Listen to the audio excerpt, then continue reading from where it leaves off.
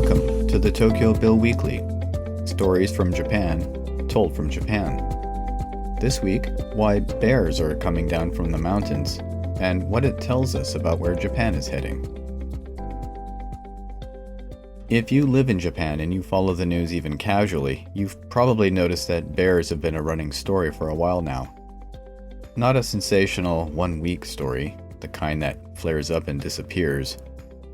More of a slow build, year after year, with each autumn bringing new records and new headlines that seem to get a little harder to believe. Last year was the worst on record. 13 people were killed and over 200 were injured in bear attacks across the country, numbers that already exceeded the previous annual record before the fiscal year was even finished. And the attacks weren't happening deep in the wilderness, hours from anywhere.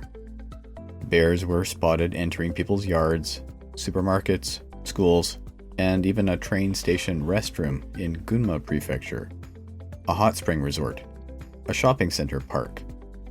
These are not remote locations.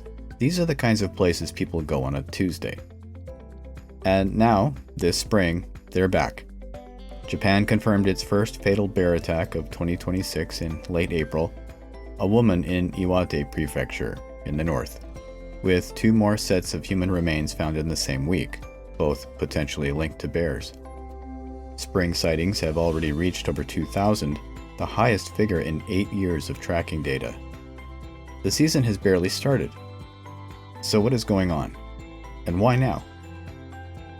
The easy answer, the one that feels intuitive, is that humans are encroaching on bear territory. We build further out, we push into the forests, and the animals push back. It's a clean narrative. It's also, in this case, largely wrong. The real story runs in the opposite direction. According to a report from the Japan Bear Network, a research and conservation body, bear distribution in Japan roughly doubled between 1978 and 2018. Not because humans moved into bear country, but because humans moved out. Rural Japan has been emptying for decades. Villages that were once active communities, farming, logging, managing the land, have been quietly abandoned as younger generations moved to the cities. And as those communities emptied, the land around them changed. There's a Japanese word that keeps coming up in any serious discussion of this issue, satoyama. It refers to the managed landscape that traditionally existed between mountain forest and human settlement, the buffer zone essentially. Farmers maintained it. Timber workers moved through it. It was worked land, tended land, and its presence meant that the boundary between the wild and the inhabited was clear, and actively kept that way. With labor shortages and aging populations, these satoyama landscapes have been abandoned. Untended orchards and fallow fields have increased dramatically, creating perfect hiding places for bears and what researchers describe as green corridors, pathways that allow bears to approach villages unseen. And then there's the food. Oak wilt, a fungal disease spread by a particular beetle, has decimated mature oak trees in satoyama areas around many of Japan's rural communities. In some parts of Niigata, an estimated 70% of one oak species has been lost. Bears depend heavily on acorns and beech nuts to build up fat before hibernation. When that harvest fails, as it badly did in 2025, bears go looking elsewhere. And what they find, increasingly, are orchards of persimmon and chestnut and walnut that nobody is tending anymore, hanging unpicked from trees in the middle of what used to be somebody's village. Human settlements have become, effectively, an unintended open pantry. So the bears are coming down, the buffer zones are gone, and the food is there. That explains the encounters, but it doesn't fully explain why managing the situation has become so difficult. For that, you have to look at who is supposed to be doing the managing. Japan had nearly 520,000 licensed hunters in 1975. By 2020, that number had fallen to fewer than 220,000. And more than half of those remaining hunters were over the age of 60. Bear hunting in Japan is not a casual activity. It requires a firearms license, specific additional permits, and it sits within a legal framework that, until recently, was quite restrictive about who could shoot a bear and under what circumstances.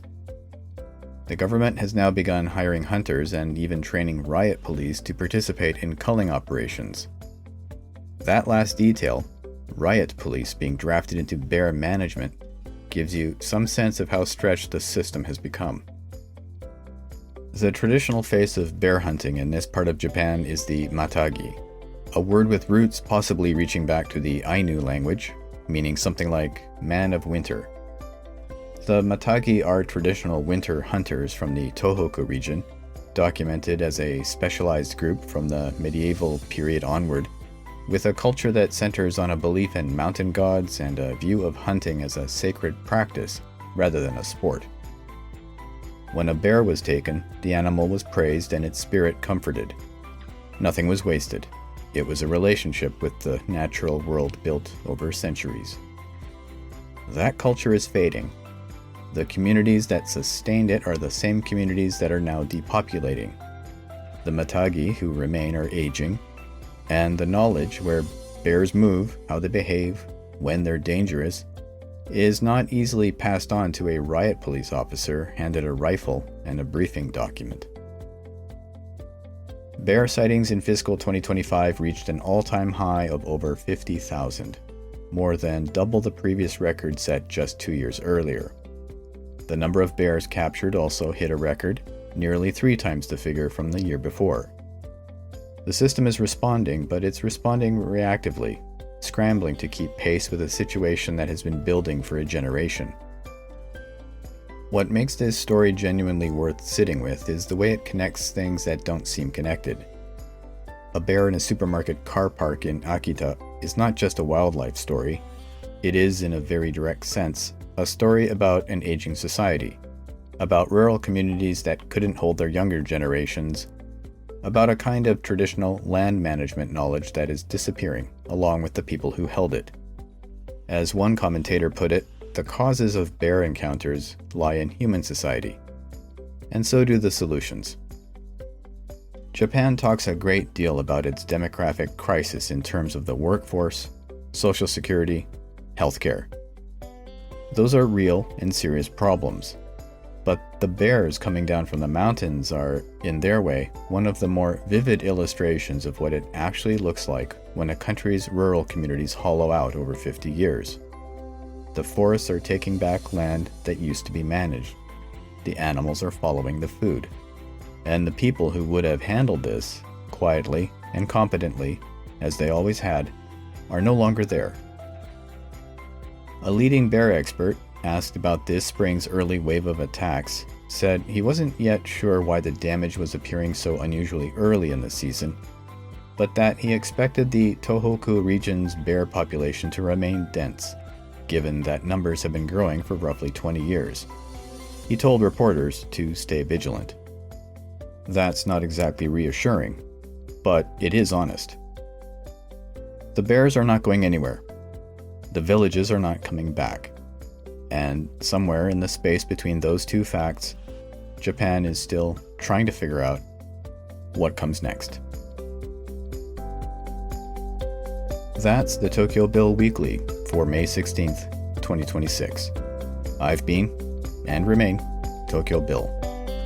Thank you for listening, and take care.